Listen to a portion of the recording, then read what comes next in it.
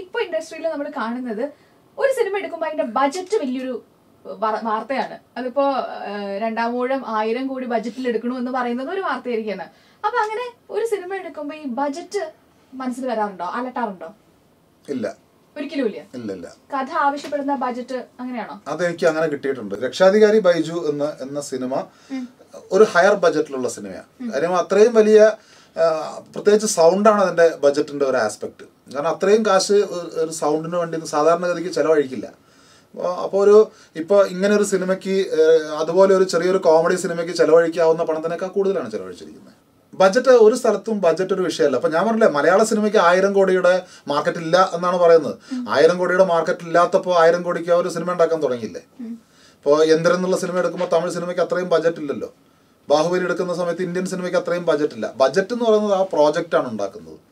Market അതിനുണ്ടെങ്കിൽ അത്രയും budget ഉണ്ടാവും. ഞാൻ 1000 കോടിക്ക് ഒരു സിനിമ ഉണ്ടാക്കുന്നുണ്ടെങ്കിൽ 1000 കോടിയുടെ മാർക്കറ്റിലേക്ക് എനിക്ക് അതിനെ എത്തിക്കാൻ പറ്റിയാൽ മതി. ഞാനൊരു 1000 കോടിയുടെ സിനിമ ചെയ്യുന്നുണ്ട്. ഇപ്പോഴൊന്നുമില്ല, കുറച്ച് കഴിയട്ടെ. 1000 കോടിയുടെ സിനിമ എന്ന് പറഞ്ഞാൽ 1000 കോടിയൊന്നും വരില്ല. അതൊക്കെ വലിയ പൈസയാണെന്നാണ് ഞാൻ വിചാരിക്കുന്നത്. എത്ര വരും? കുറച്ച് പേരും അറിയില്ല. ഞാൻ പറഞ്ഞില്ല, ഞാൻ ബജറ്റ് ചിന്തിക്കാറില്ല. എന്തായാലും കുറച്ച് പീരീഡാ അതൊക്കെ ഉണ്ട് അതിൽ. പക്ഷെ ചെറിയൊരു പ്രോബ്ലം ഉണ്ട്. അത് പക്ഷെ പറയാൻ പറ്റില്ല, അത് നമുക്ക് പറയാൻ പാടില്ല. അത് ശരിക്കും പറഞ്ഞാൽ ആ സിനിമ ചെയ്യേണ്ടത് രജനി സാറാണ്, രജനികാന്താണ് ആ സിനിമ ചെയ്യേണ്ടത്. അത് വരുമോ എന്നുള്ളത് എനിക്കറിയില്ല, ഞാൻ പറഞ്ഞതാണ്.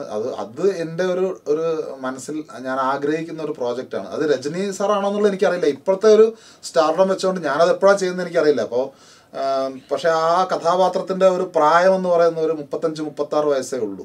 35-36 വയസ്സിൻ്റെ അകത്തേക്ക് എനിക്ക് രജനി സാറിൻ്റെ ഒരു ഇമേജ് വേണം. അത്തരത്തിലുള്ളൊരു ഇമേജ് എനിക്ക് ആവശ്യമുണ്ട് ആ സിനിമയ്ക്ക് വേണ്ടിയിട്ട്.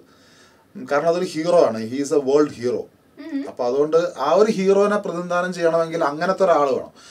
ഇപ്പോൾ ഞാൻ നോക്കിയിട്ട് രജനീകാന്തിൻ്റെ ഒരു തരത്തിലുള്ള സ്റ്റാർഡം, അങ്ങനത്തെ ഒരു സ്റ്റാർഡം ലോകത്തിൽ വേറെ ഒരു നടനും ഇല്ല, വേൾഡ് സിനിമയിലില്ല.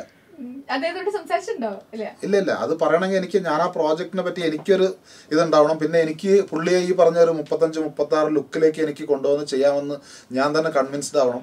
പിന്നെ ഞാൻ പോയൊരു കഥ ഉണ്ടെന്ന് പറഞ്ഞാൽ അത് കേൾക്കാൻ അദ്ദേഹം തയ്യാറാവണമെങ്കിൽ എന്നെ പറ്റി ഒന്ന് പുള്ളി കേൾക്കണമല്ലോ. ഇപ്പൊ കേട്ടിട്ടുണ്ടാവില്ലല്ലോ, നമ്മളൊക്കെ അതിൻ്റെ ആ ഒരു ഇതിൽ ഒന്നും എവിടെ എത്തിയിട്ടില്ലല്ലോ, അറിഞ്ഞിട്ടുണ്ടാവില്ലല്ലോ, നമ്മളൊന്നും പേരറിയില്ലല്ലോ അവർക്ക്. അങ്ങനെയൊന്നുമില്ല, അല്ല വിനയല്ല സത്യത്തിൽ. ഇപ്പൊ ഞാനിപ്പോ കുറെ വർഷങ്ങൾക്ക് ശേഷം അജിത്തിനൊന്ന് റീച്ച് ചെയ്യാൻ നോക്കി. ഇപ്പൊ അവന്റെ വളരെ അടുത്ത കൂട്ടുകാരനാണ്. എനിക്ക് അവനെ റീച്ച് ചെയ്യാന്നല്ല, ഫോണിൽ പോലും കിട്ടിയില്ല. അത് ഇറ്റ്സ് നോട്ട് വെരി ഈസി. നമ്മൾ പറയുന്ന പോലെ ഒന്നും അല്ലത്. ഓരോരുത്തർക്കും ഓരോരുത്തരുടേതായ പദ്ധതികളും പ്ലാനും കാര്യങ്ങളൊക്കെ ഉണ്ട്. അത്രയും കാലങ്ങൾ കഴിയുമ്പോഴത്തേക്ക് അതൊക്കെ മറന്നു പോകും ആൾക്കാർ.